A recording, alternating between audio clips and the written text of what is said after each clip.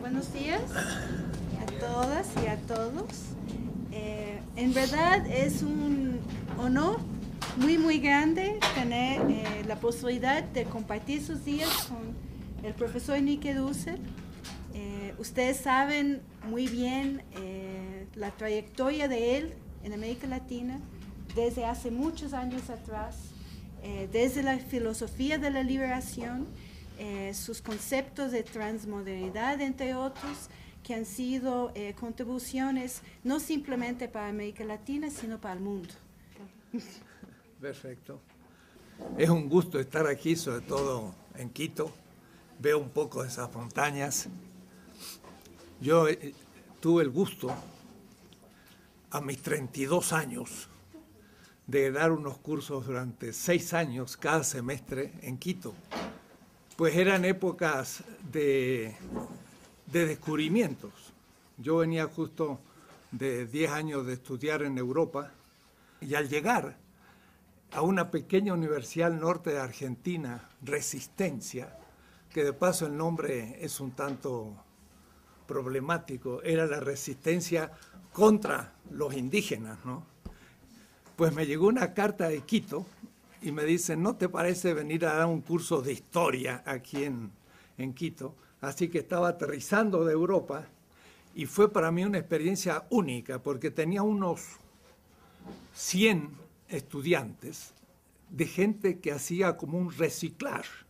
Es decir, después de 20 o 30 años de trabajo, hacía toda una nueva formación. Piensen ustedes, 67.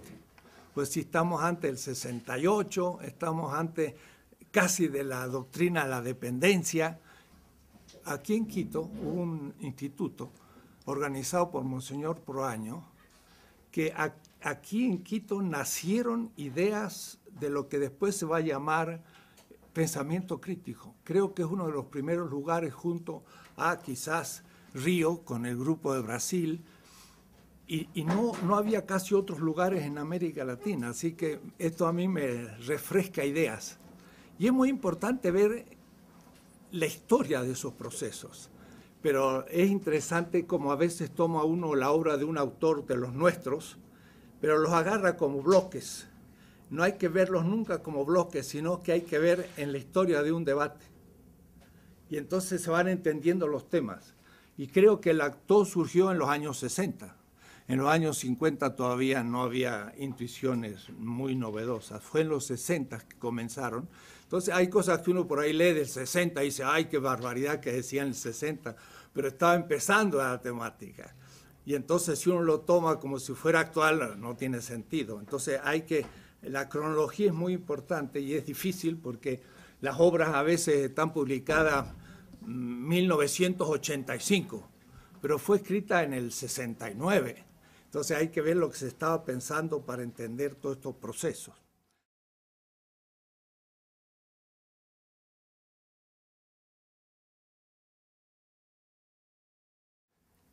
Tres días me han dado, 3 mañanas, pequeñas exposiciones y después debates, he organizado la cosa un poco así. Voy a volver a empezar por la historia. Sobre todo que si se habla de lo intercultural, no se tiene muchas veces clara idea del contenido de las grandes culturas que se han dado. Que no quiero que me la tomen sustancialmente para que digan, sustancialista. Creen que la cultura egipcia es una sustancia. No, no, cada una de las culturas incluye muchísimas culturas. Pero son ellas mismas culturas ya que manejan una cantidad de semejanzas. Si yo digo cultura egipcia, 5.000 años de existencia, como decía Samir Amin, el amigo, dice, el Estado egipcio fue quizás el primer Estado de la historia universal. Estado, el egipcio, hace 5.000 años. Claro, hay otros que creen que el Estado empieza con la burguesía. Bueno, el Estado burgués empieza con la burguesía, pero no el Estado como Estado. Pero el Egipto es ya ella misma una cultura de muchísimas culturas. Y no tendría yo miedo de llamarle cultura universal, en el sentido de un cierto universo local, regional. Entonces, hablamos a veces de interculturalidad, pero no tenemos un bosquejo primero. ¿Cuáles han sido las grandes culturas? Después hay muchas otras, casi como especies.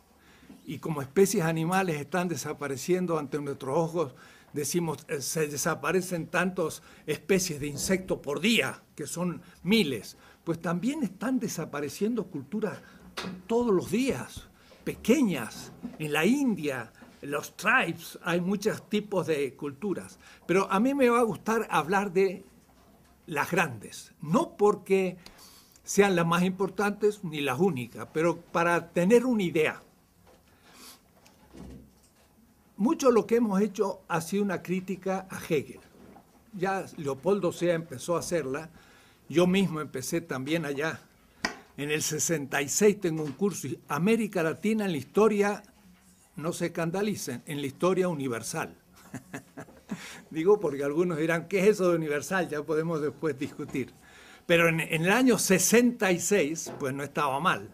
Es mi primer curso universitario. Y el problema era que la visión que tenemos de la historia de las culturas, cuando hablamos de interculturalidad, es completamente eurocéntrico el esquema de exposición. Entonces, hay que destruir aún el esquema de exposición de la historia, que no voy a llamar universal, sino mundial. Y no tengo miedo a hablar de mundialidad, no soy posmoderno. Soy anti-posmoderno, desde ya nomás, porque para mí la posmodernidad es una crítica interna todavía de Europa, no es una crítica externa de Europa. Ya después explicaré todo esto.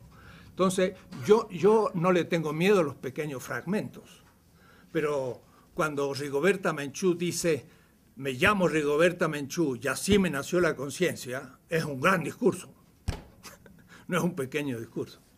Y es un discurso épico, o es decir, originante de un gran discurso.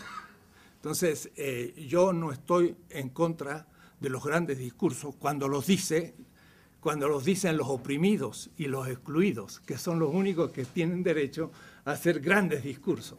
Entonces, Hegel, no porque sí, escribió la primera visión realmente, porque Montesquieu, Voltaire y todos los franceses, l'esprit de loi, fueron las primeras historias mundiales.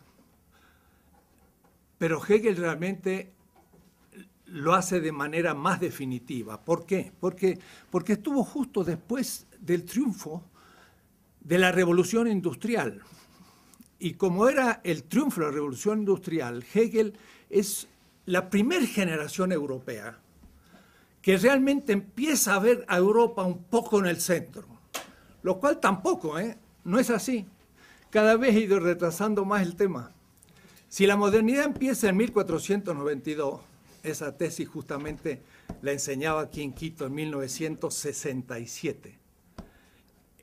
Contra Wallerstein. Wallerstein pensaba que la modernidad empezaba en el siglo XVIII. En un debate que tuvimos en Binghamton, se convenció que no fue en el siglo XVIII con la Ilustración que empezó la modernidad, sino con Colón. Eso fue toda una tarea que tuvimos que hacer personalmente. Pero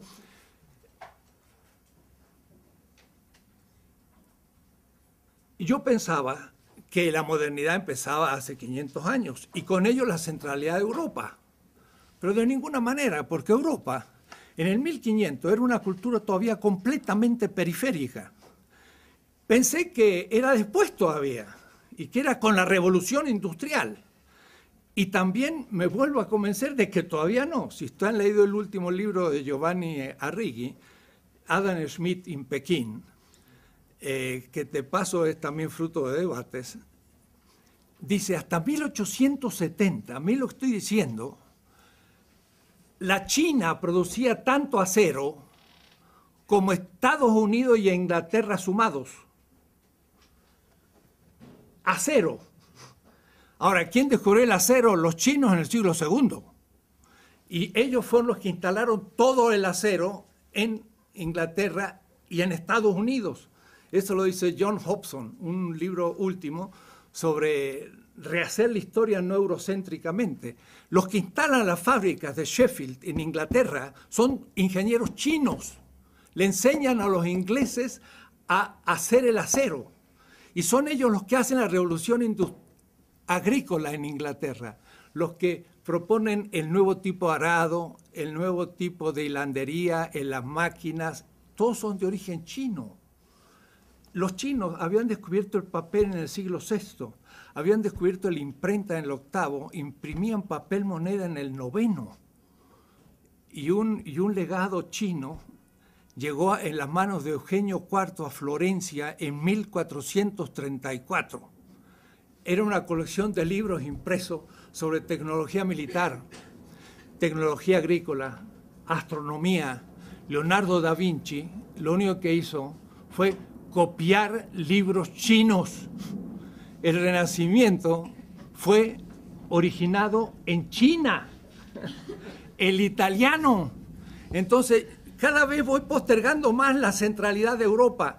Europa comienza a ser central en la historia mundial hace 140 años. Primero eran 500, después eran 200 y ahora ya son 140 nomás. Antes que eso, no fue centro. El centro del comercio mundial estaba en manos de la China y la India. Eran los que tenían todos los productos del comercio. Tenían la seda, que era lo que se usaba para vestirse, toda la aristocracia del mundo, hasta los grandes líderes bantúes compraban seda china, qué decir los obispos europeos y latinoamericanos, y la corona inglesa compraba seda china, tomaban té con la china, es decir, con la porcelana, hasta 1880. Y el acero era las mejores armas, espadas y demás, eran japonesas o chinas. Digo esto porque cada vez voy cambiando más y pasan 2 o 3 años y hay que volver a cambiar. En el 2007 salió este libro, Política, Liberación, Historia Mundial y Crítica, de la que voy a hablar hoy. Hace 2 años ya tengo que hacer reformas, ya hay errores en el libro, ya está todavía eurocéntrico. Es notable, voy a decir,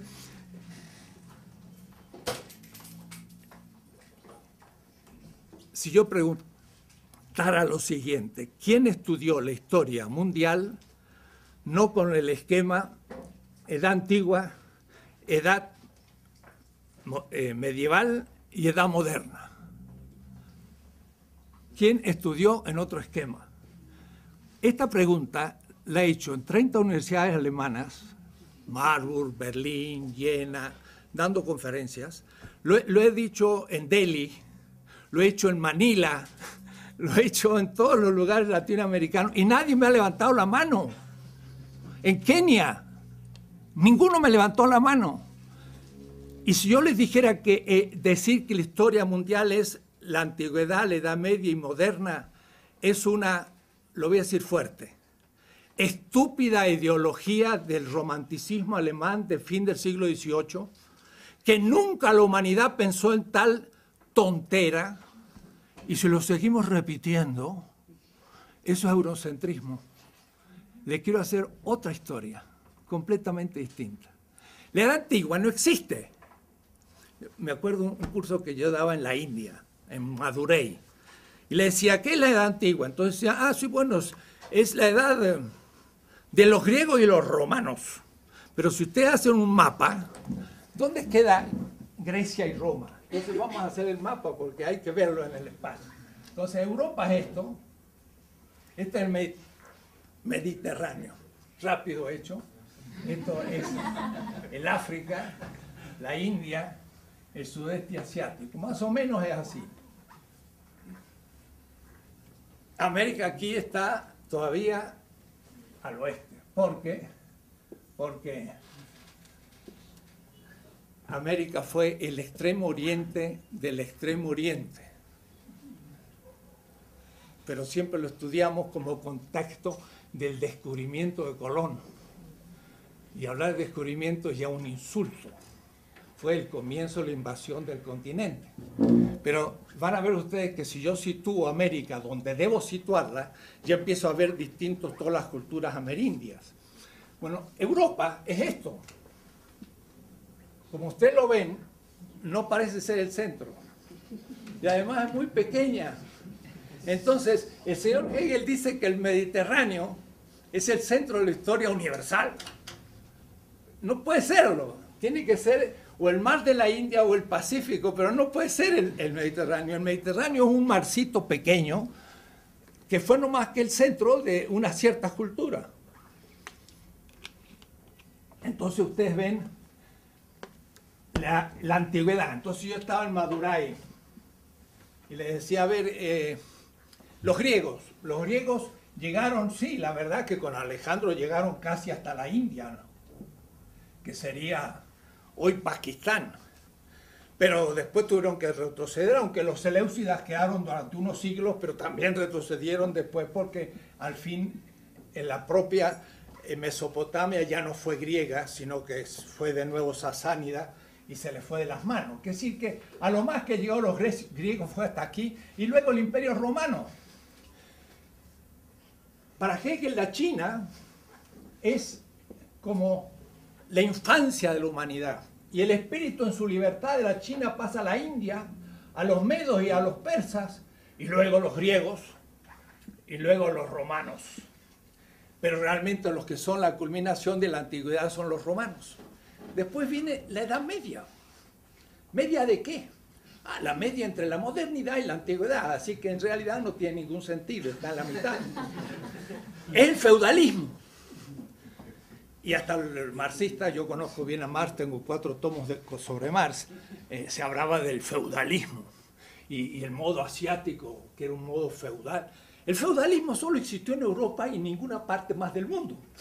No hubo feudalismo ni en la China, ni en la India, ni en América, ni en ningún lado. Solo en Europa, feudalismo. Pero el feudalismo fue un fenómeno ¿debido a qué? A que los árabes en el 623 salieron de la Égira, comenzaron la expansión, y le metieron a Europa un muro que el Imperio Otomano estuvo hasta 1680, miren qué fecha, ¿no? 1680, sitiando Viena. Viena estaba por acá y Granada todavía era musulmana en el 1492. En enero recién se liberó. Esta pequeña Europa tenía a lo más 70 millones de habitantes. La China siempre tuvo el doble, tenía 160 en esos años. Y no hablar la India, etc. Entonces, la Edad Media no es más que la época en que el mundo musulmán puso un muro a Europa y la aisló del mundo. Europa nunca fue centro, nunca. Siempre fue periférica y lo fue hasta 1870. si ustedes quieren, 1790 la revolución industrial, pero también los chinos hicieron revolución industrial.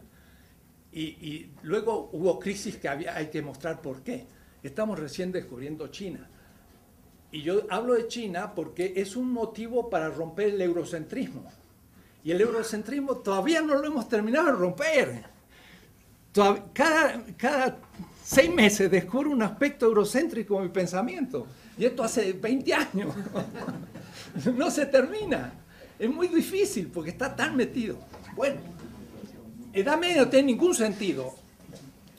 En esa época, que sería del siglo VII hasta 1492, que es el fin del siglo XV, son 8 siglos de feudalismo. ¿Cómo feudalismo? Los árabes están en Marruecos, en Fez, una ciudad de 400.000 habitantes, que había sido Córdoba. Están en el gran califato fatimita en Egipto.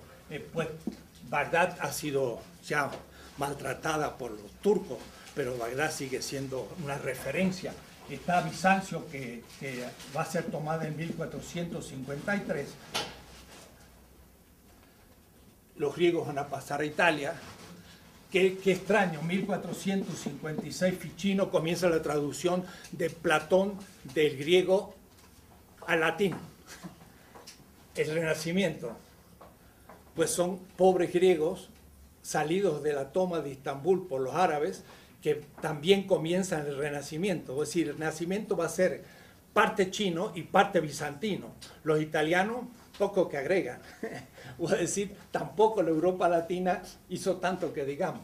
Pero después tenemos que entonces ver toda la región de los árabes en Afganistán, Delhi, que va a ser musulmana, y después todo Indochina, hasta más.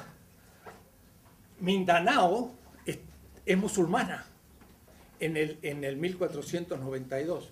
Quiere decir que, miren, los árabes en la Edad Media tienen una cultura universal o mundial que va del Atlántico hasta el Pacífico y no tiene nada que ver con el feudalismo. Son una cultura urbana y mercantil. No hay nada de señores feudales ni nada, y eso es la Edad Media. No tiene sentido. ¿Se dan cuenta?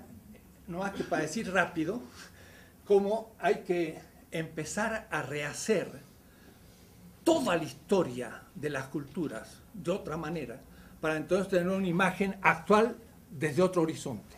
Es lo que quiero hacer en unos minutos. En unos minutos. Es decir, quiero darle otra idea de la historia mundial, de las grandes culturas, para ver dónde estamos parados.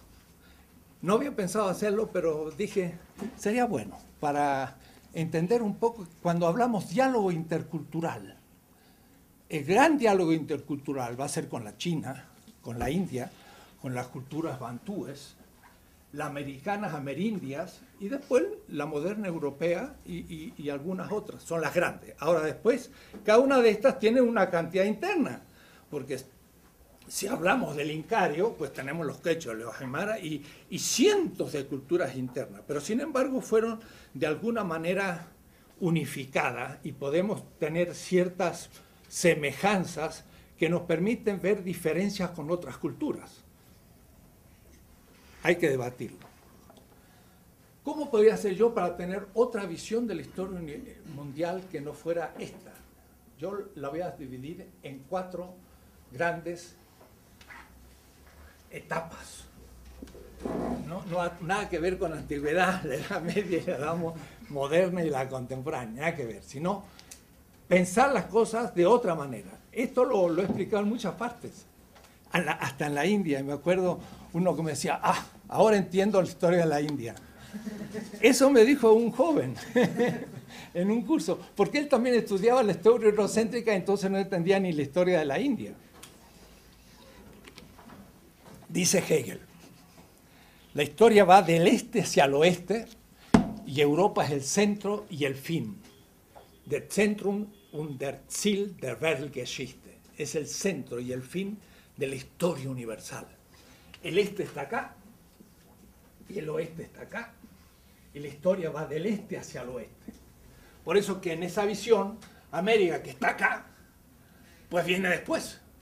Y por eso que en general en los estudios de historia que hacemos, estuve en Bolivia y les propuse hacer un nuevo texto para las escuelas y empezar todo de nuevo, porque en Bolivia hay que hacerlo de nuevo, porque ellos tienen una gran cultura y ustedes aquí también. Quito es justamente la segunda capital, según nos decían Guayasamín, del Incario, y tiene mucho sentido.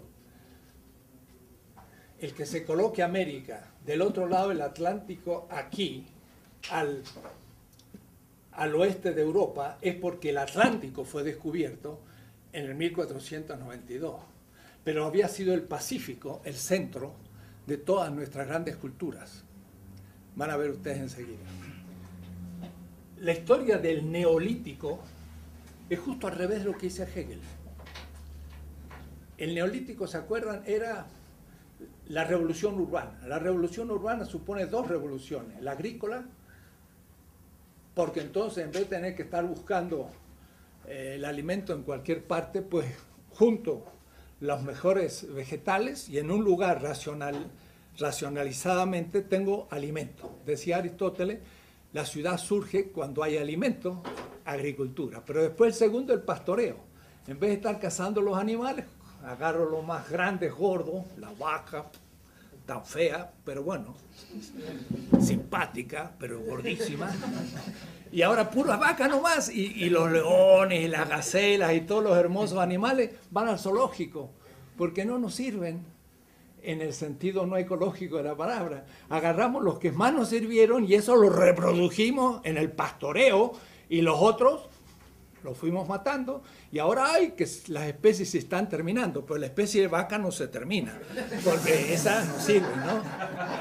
La aprovechamos. Entonces, gracias al pastoreo y a la agricultura, dos instituciones, surge la ciudad. Entonces, las ciudades son los que crean la complejidad de clases sociales, y empieza la dominación de clases, y ahí tenemos la producción de las grandes culturas. Sahagún llega a describir en el Imperio Azteca 360 oficios.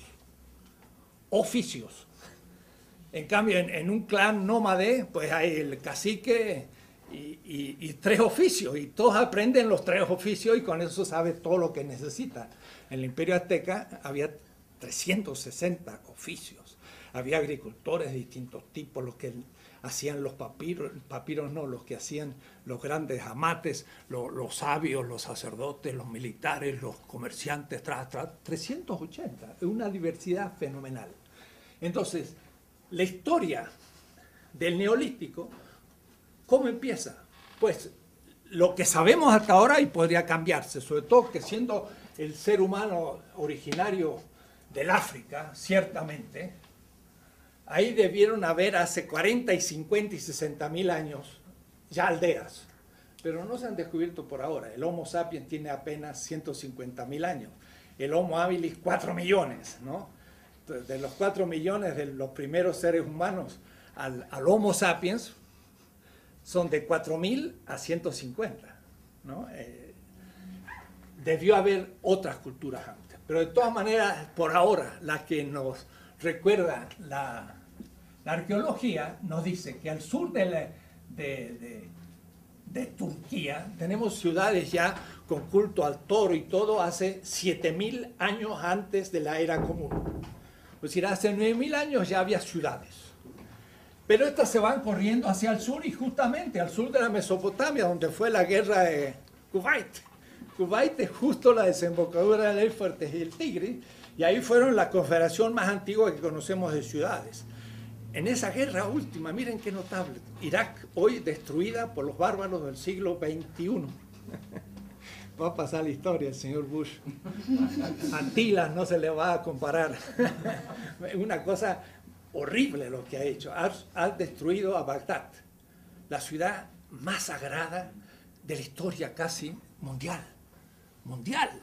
Fundada en el 700, tomada por los turcos en el 1200, 500 años, van a ver ustedes, centro de todas estas culturas comunicadas, mucho más importantes que Roma o que Londres o que Berlín, y la han hecho picadillo.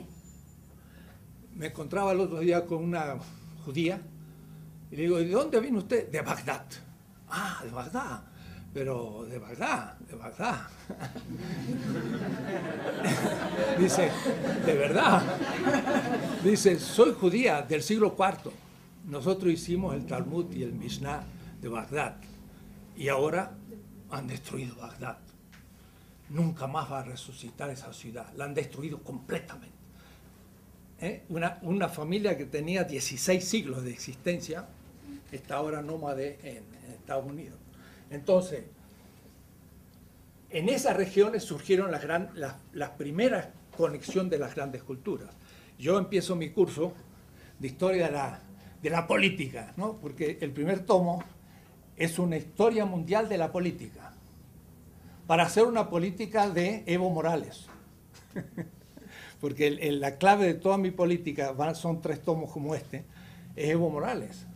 Pero esto empieza allá, hago toda la historia del mundo de la política, de los chinos, de los hindúes, de los árabes, en fin, ya les mostraré cómo es la cosa. El latinoamericano estamos exigidos a hacer todo de nuevo, porque todos los que nos cuentan son construcciones ideológicas, aún de los que se creen más críticos, todavía somos, y yo mismo me voy reatrapando, como digo, aquí tenemos cosas tales como que nuestra semana es de 7 días, pues eso viene de la Mesopotamia. o tenemos códigos, pero en los códigos que tenemos derecho todavía se remontan a los grandes códigos del tercer milenio y sobre todo el de Hammurabi. Y yo, pensamiento crítico, digo, pues mi teoría crítica pues es tradicional, tiene unos 5.000 años de existencia. Hace 4.700 años, Hammurabi dice, he hecho justicia con la viuda, con el huérfano, con el pobre, con el extranjero. De ahí salió mi Ética de la Liberación de 1970-75. Ese texto me inspiró a escribir la Ética de la Liberación Latinoamericana en el año 75, porque nosotros hablábamos mucho de que había que comprometerse con el pobre, y eso lo había dicho Hammurabi. Ahora, lo interesante de esta ley es que no dice voy a hacer justicia con mi mujer, dentro del machismo, voy a hacer justicia con mi hijo, con el conciudadano y con el rico, sino que es el concepto ya de exterioridad. El orden tiene una ley, pero en la exterioridad de la ley está el que la ley no protege, pero sí la ley de Hammurabi y de la Mesopotamia. La viuda era la mujer del otro, y he hecho justicia con la mujer del otro. He hecho justicia con el hijo del otro. He hecho justicia con el que no tiene ni un buey, dice. Porque hacer con el que tiene 10 bueyes, pues está fácil. Y hacer justicia con el extranjero. Miren, si los europeos ahora, los suizos, los franceses, imitaran a esta ley hecha 1700 años antes de Cristo, más 2000, son 3700 años. Le podemos decir a un europeo actual, alemán, sobre todo español, ¿por qué no leen textos de hace 3700 años y entienden lo que es el derecho? No este derecho burgués de la Revolución Francesa, sino un derecho mucho más antiguo y crítico. Hagan justicia con el extranjero. Son todos estos que vienen desde el sur. Que lo mismo habría que decirlo a los norteamericanos con los mexicanos y salvadoreños y ecuatorianos. Ni están a la altura de Hammurabi. Digo esto para que piensen que desde ahí ya tenemos inspiraciones fundamentales, porque de ahí viene todo el pensamiento semita y de ahí va a venir otras cosas. Bien, Egipto, 3.000 años antes de la era común, menos 3.000, es ya la primera grandes dinastías. Y entonces el Egipto comienza a tener Estado, organización, todo tremendo. Pero de Egipto, por ejemplo, si yo hago esto, una balanza, todo el mundo dice, pues la justicia, y eso está en los palacios de justicia, hay una balanza. Pues esa es la balanza de Osiris. Osiris tenía una balanza en la mano, era el dios de la resurrección de Egipto. El muerto venía y le preguntaba a Osiris, ¿qué has hecho para merecer la resurrección? Además hay mucha gente que cree en la resurrección, aún en América Latina. Viene de Egipto, no viene de Israel. Israel viene de Egipto también, así que el cristianismo viene de Egipto.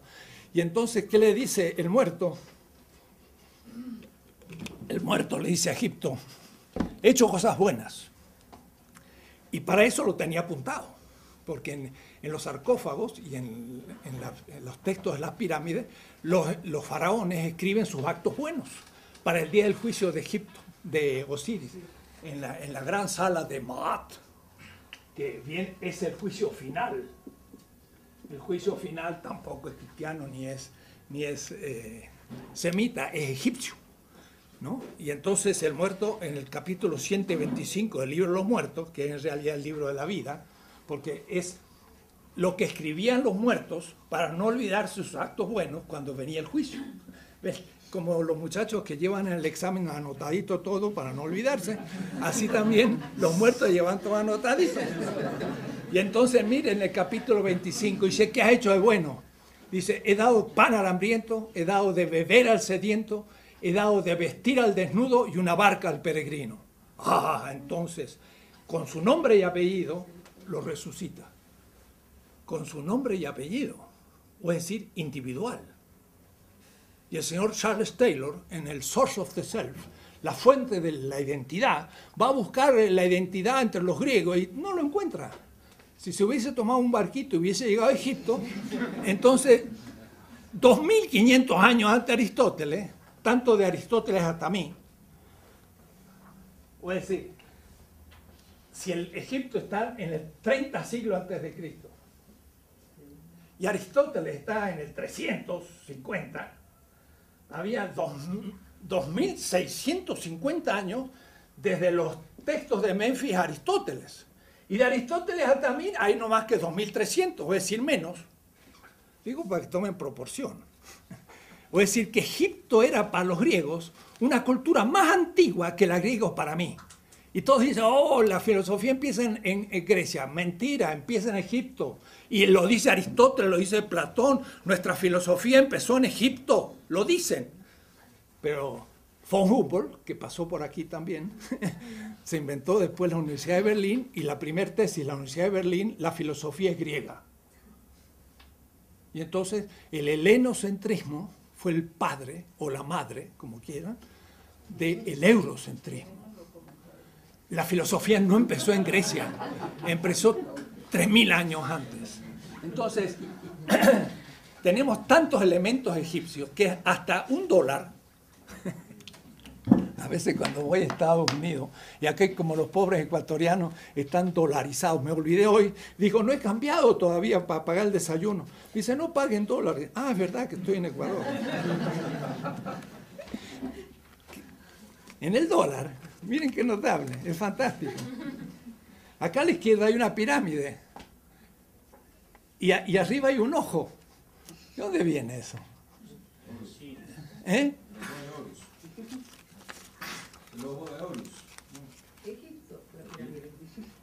Los masones eran, masón significa constructor de casas, y los masones tenían símbolos egipcios, la pirámide, y el ojo es Osiris, que es el que ve todo, y que ve en secreto todo, de tal manera que el acto más secreto era visto por Osiris.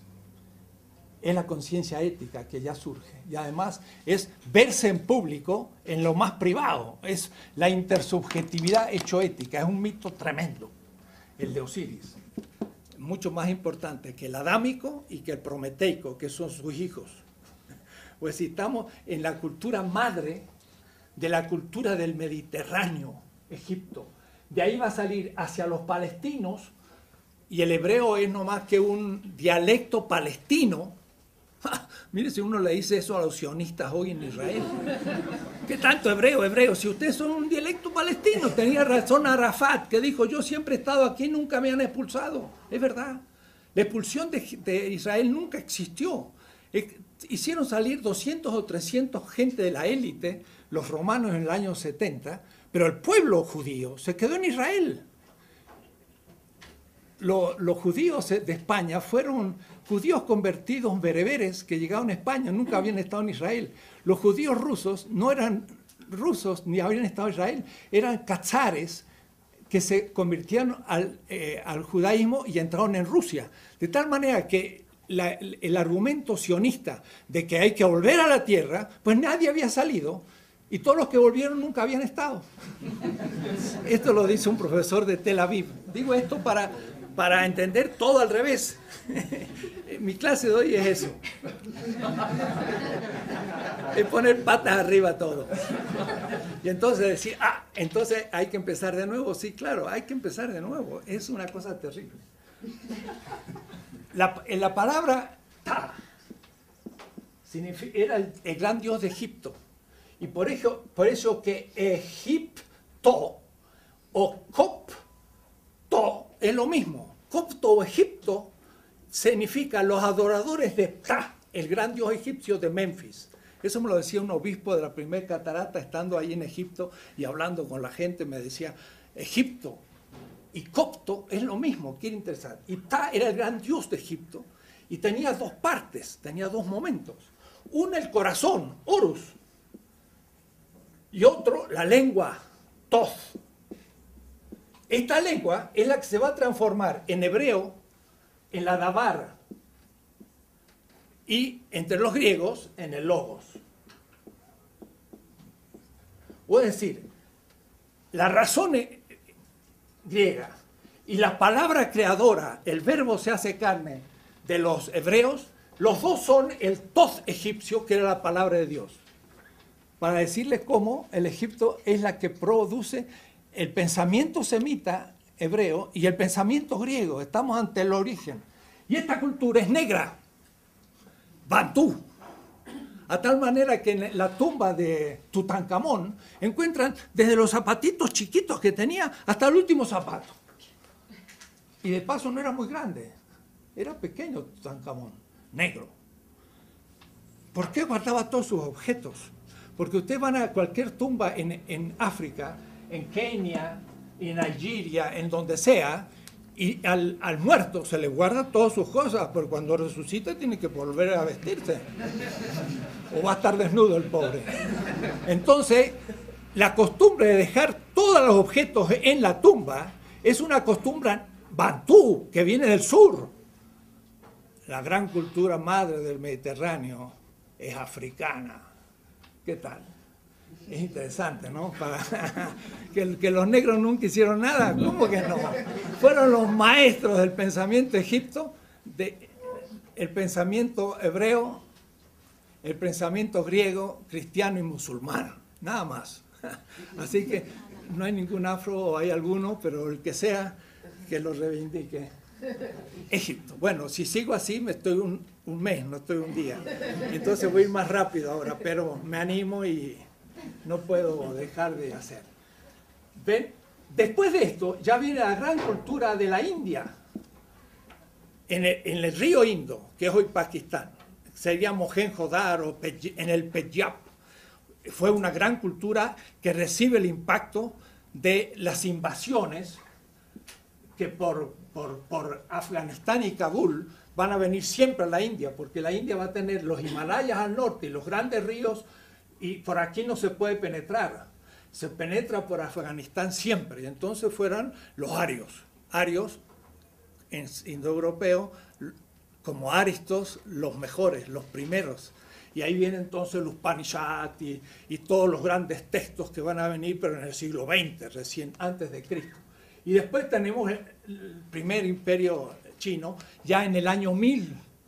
Entonces estamos pasando del 4 y 5000 al 1000. La historia va del oeste hacia el este. Y después aquí, pues, viene el descubrimiento de América, hace 40 o 50.000 años, ¿no? De a pie pasaron por Bering, cuando había muchas veces hielos. Todos nuestros habitantes originarios, todos vienen del Asia, sin ninguna duda ni posibilidad. Ahora se ha hecho el genoma mexicano y es notable, el genoma mexicano tiene casi 50% asiático. ¿Por qué? Porque son los indígenas. Los indígenas son, nuestros indígenas son 100% asiáticos. Raza, lengua, cultura, todo. ¿Cierto? No puede ser de otra manera. No van a venir ¿de dónde? No pueden. Y los esquimales estaban pasando. Los agarró un pie en cada lado. Están en la Siberia y en Alaska los esquimales. Y entonces vienen los grandes procesos hacia el sur. Unos 12.000 años antes de Cristo llegan hasta el sur. Es decir, que duran 20, 30.000 años para atravesar el continente.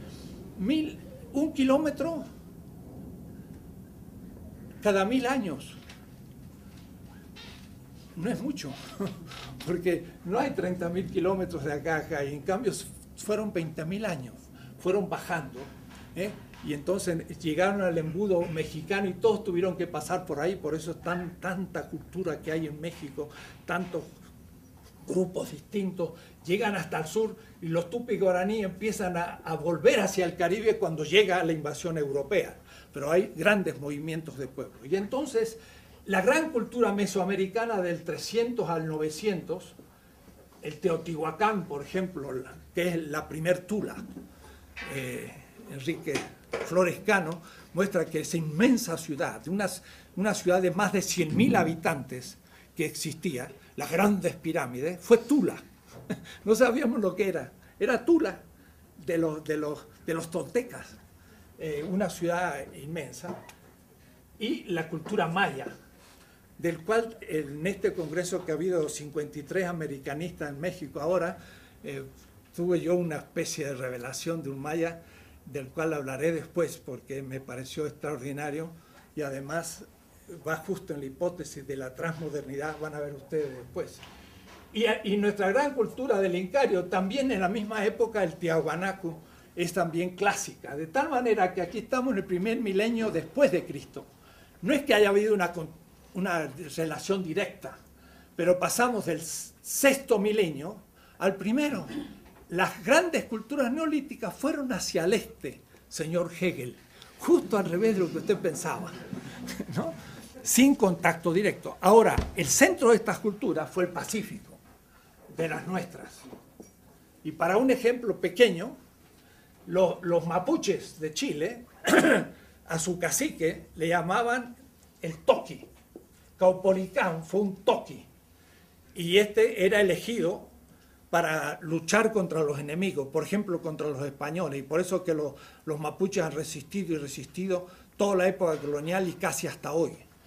Pues en la isla Samoa y luego en Australia y sobre todo en Nueva Zelanda están los pueblos Moari o Maoris. En Nueva Zelanda, en Auckland, estaba y fue a un museo. Y entonces en el museo había una piedra, que era la forma que lo agarraba el cacique Maori. Y se llamaba Toki. Era la misma piedra de los mapuches, con la misma forma y la misma manera de elección al jefe guerrero. Es decir, que desde Nueva Zelanda, Samoa y Chile, esto todo era una sola cultura polinésica. Era el centro de nuestras grandes culturas. Cientos de expediciones polinésicas llegan al continente americano y por eso que las islas están también habitadas. En México, la gran piedra del Sol, que tiene las 4 edades de la humanidad de todas nuestras culturas, que fueron 5, los mayas, los aztecas, los incas y hasta los onas, hablan de las 5 edades del mundo. El quinto sol es Huitzilopochtli y está sacando la lengua. Y este es el saludo polinésico en todas las culturas polinésicas. ¿Quién hubiera dicho Huitzilopochtli con un gesto polinésico? Entonces, esto por decirle que realmente las culturas daban al Pacífico y la Polinesia era el origen. El Atlántico era tierra de nadie y por eso que eran tierras más primitivas. Esto sería el primer curso que habría que dar a nuestra gente para que sepan de dónde vienen los amerindios. El extremo oriente del extremo oriente. En todo. Un compañero Puna de Panamá que estudiaba en Roma, me dice, yo iba a las fiestas de Indonesia. Y entonces había un gran festín en la fiesta de Indonesia de la Libertad y había un buen banquete. Y como yo era estudiante, me decía, pues me venía bien una buena comida. Y entonces yo entraba, dice, a la embajada de Indonesia. De Indonesia, ¿no? Está por acá. China, Indonesia, acá. Dice, entraba ahí y nadie me preguntaba, era un indonesio y era un puna, 100%. Realmente los gestos, la manera, la raza de un indonesio y un puna son idénticos. Vienen del mismo lugar. No hay lugar. Entonces, esta es la primera etapa. Esto yo le llamo el gran camino de las culturas hacia el este.